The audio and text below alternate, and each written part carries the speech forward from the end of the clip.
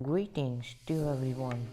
In this video, I'm going to talk about 6 deadly traps that you can use against your opponent and also crush them. So, let's look our first deadly trap of this video. So, white starts with e4, c6 the Khan, knight c3 and d5, and from here knight f3, and black simply trails the e6 pawn with d captures on e6. Knight captures on e6, and from here knight to d7. This knight to d7 move is played so that this knight can come on b6 in a attacking position. After this move, white plays queen to e2.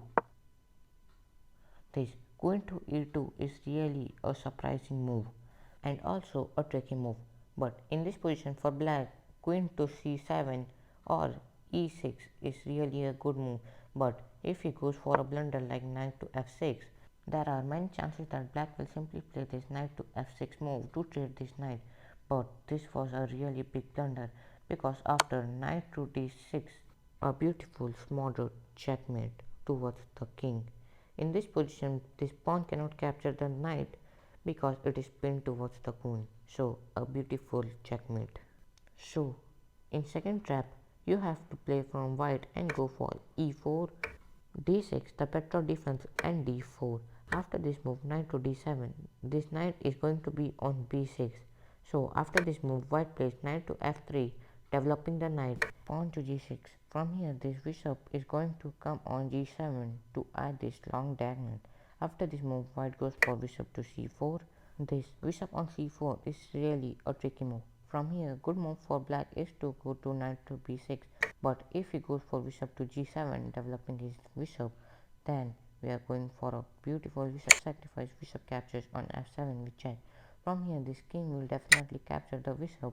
After this move, knight to g5 with check. In this position, black king cannot come on f6 because if he did, then queen to f3 will be a checkmate and black king cannot capture the knight because it is protected by the bishop.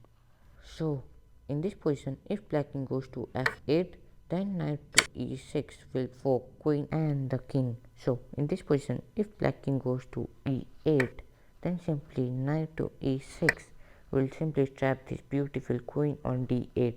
So, let's look our third trap. So, in this third trap, you will play from white and start with e4, e5, knight f3, knight c6, and bishop to c4, the Italian scheme, and knight to f6, attacking this e4 pawn. After this move, we will go for d4. So, if you see in this position, this e4 pawn is unprotected, so black will capture and we will capture on e5 and bishop to c4, pressurizing this f2 pawn, and threat is to capture this knight on f2 and simply fork queen and the rook here.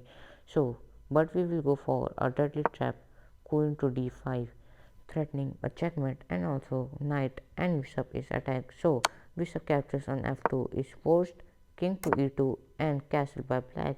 And after this move, we will simply capture this knight on e4 with queen captures on e4 and simply win a piece.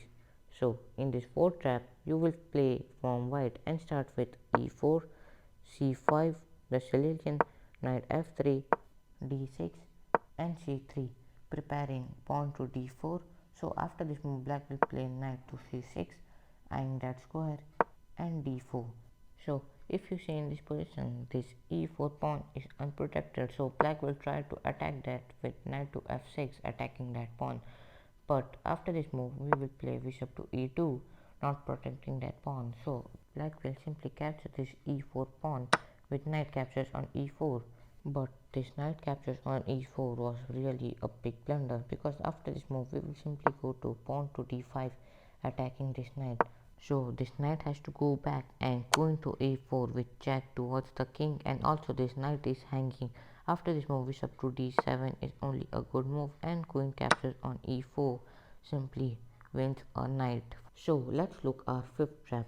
In this fifth trap, you will play from white and go for d4, knight to f6, c4 and e6, preparing d5, and after this move knight to c3, eyeing that square and pawn to d5.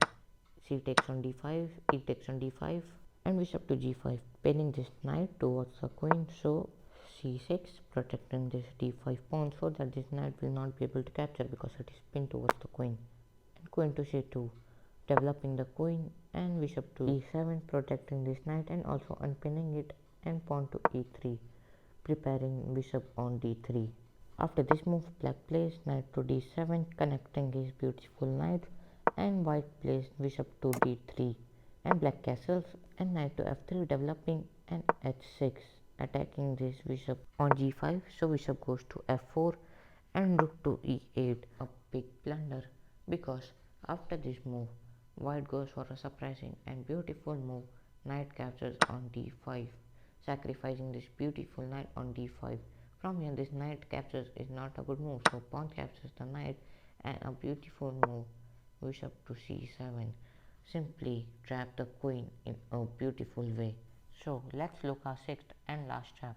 In this trap, you will play from white and go for e4, e5, and f4, the king's gambit, e captures on f4, and knight to f3, and d5, trying to trade the central pawn, so e captures on d5, and queen captures on d5, and knight to c3, attacking the queen, and queen to d8, and after this move, knight to e4, a really surprising and a tricky move. After this move, there are many chances that black will go for bishop to g4, attacking and pinning this knight towards the queen, and queen to e2, again a surprising and tricky move. But in this position, better move for black is knight or bishop on e7, but there are many chances that black will capture on. But it was a biggest blunder, because after this move we go for a beautiful move, knight to f6 is a checkmate, as this knight covers on d7 and queen covers this whole e file, and also a quick checkmate. So if you love this video, do not forget to like, share and subscribe also, and do not forget to watch credits of this video, and do not forget to follow me on Instagram ID in the description, and if you do not like anything, please comment down that. And now I am going. Till then, bye.